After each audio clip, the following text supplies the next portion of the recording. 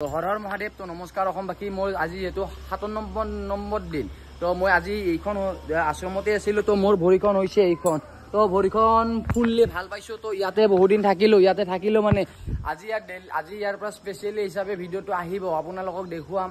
তো বহুত ভাল হৈছোঁ ভৰিখন, আৰু এতিয়া আগলৈ যাই আছোঁ এনেদৰে।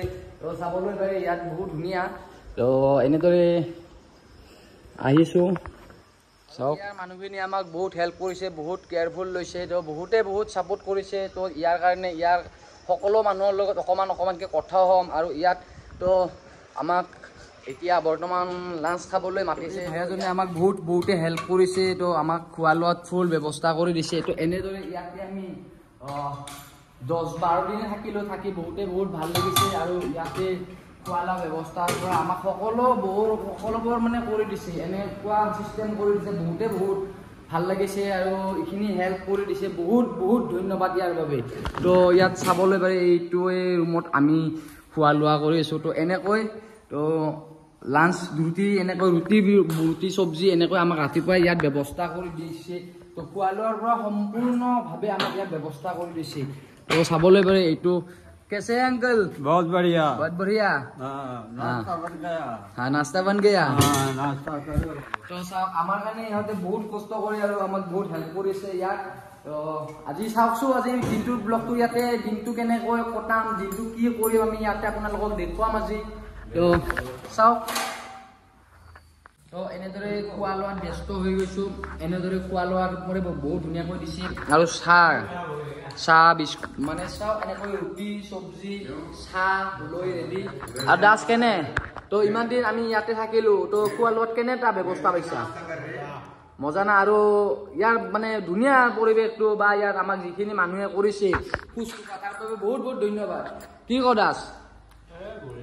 তো এনেদৰে আমাক খোৱা লোৱা ব্যৱস্থাটো সদায় ইয়াতে কৰি দিছে। তো চাওকচোন, কালি যিহেতু 15 আগষ্ট, আমি 15 আগষ্ট কালি ৰাতিপুৱাই ওলাই দিম ইয়াৰ পৰা। তো ওলাই দিয়াৰ বাবে আজি দিনভৰ আমি কি কৰোঁ, আমি কি কৰিছোঁ ইয়াত দিনভৰ 10-12 দিন আমি কি কৰিলোঁ, কেনেকৈ কটালোঁ, তো আপোনালোকক নিশ্চয় দেখুৱাই আছোঁ।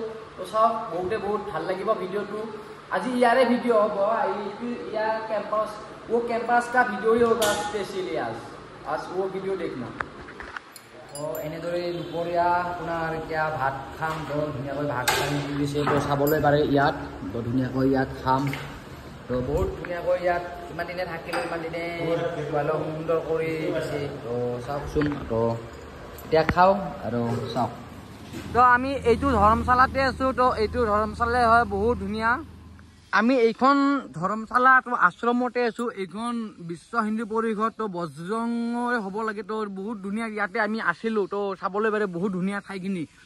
ইয়াতে আমি আছিলোঁ। তো ইয়াতে প্ৰায় আমি 10-12 দিন থাকি দিলোঁ, কাৰণ মোৰ ভৰিখন বেয়া প্ৰব্লেম হৈছিলে। ইয়াৰ বাবে মই ইয়াতে থাকি দিছিলোঁ। দিয়াৰ বাবে তো চাওক, ধৰ্মশালাখন এবাৰ সম্পূৰ্ণভাৱে মই দেখুৱাই দিছোঁ।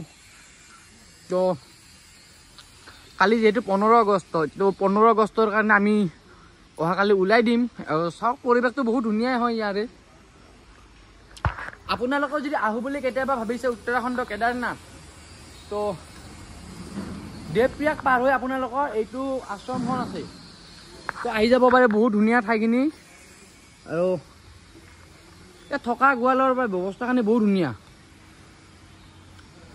তো চাফ চিকুণো বহুত গুৰুত্ব দিয়ে। তো ভালেই লাগিছে। তো এনেকৈ ইয়াত আমি আছিলোঁ, মানে বহুত দিন ধৰি আছিলোঁ।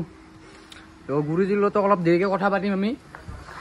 তো চাওক, আৰু ইয়াত চাফ চিকুণতো বহুত মানে গুৰুত্ব দি দিয়ে হা।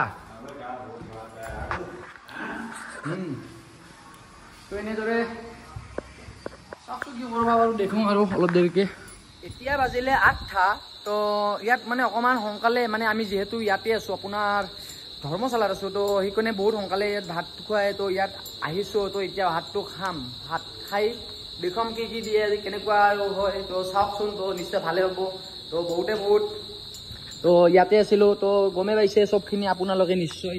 তো যাওঁ এতিয়া আমি ভাত খাওঁ। ভাত তাত কেনেকৈ কি ব্যৱস্থা, তো চাওক। তো ইয়াত বহি লৈছোঁ ধুনীয়াকৈ। ইয়াত আমি ধুনীয়াকৈ প্ৰসাদ গ্ৰহণ কৰিম। তাৰপিছত দেখুৱাই আছোঁ কি হয় আজি আৰু। তো চাওকচোন অকণমানকৈ। তো ধুনীয়াকৈ আমাক এনেদৰে দিছে আজি তো আজি ৰাতি আমি ইয়াত এনেদৰে খামকৈ লৈছোঁ হৰ মহাদেৱ এতিয়া আৰু খাওঁ আগলৈ আপোনালোকক দেখুৱাম তো আজি দিনটোৰ এটা সৰুকৈ মানে ব্লগ বনাইছিলোঁ কেনেহেন লাগিছে ইয়াত মানে আছোঁ ইয়াৰ অকণমান চাইডবিলাক দেখুৱাইছোঁ কেনেকুৱা লাগিছে জনাব হৰ মহাদেৱ কমেণ্টত লিখিব জয় শ্ৰী কেদাৰ জয় হিন্দ জয় ভাৰত জয় আই অসম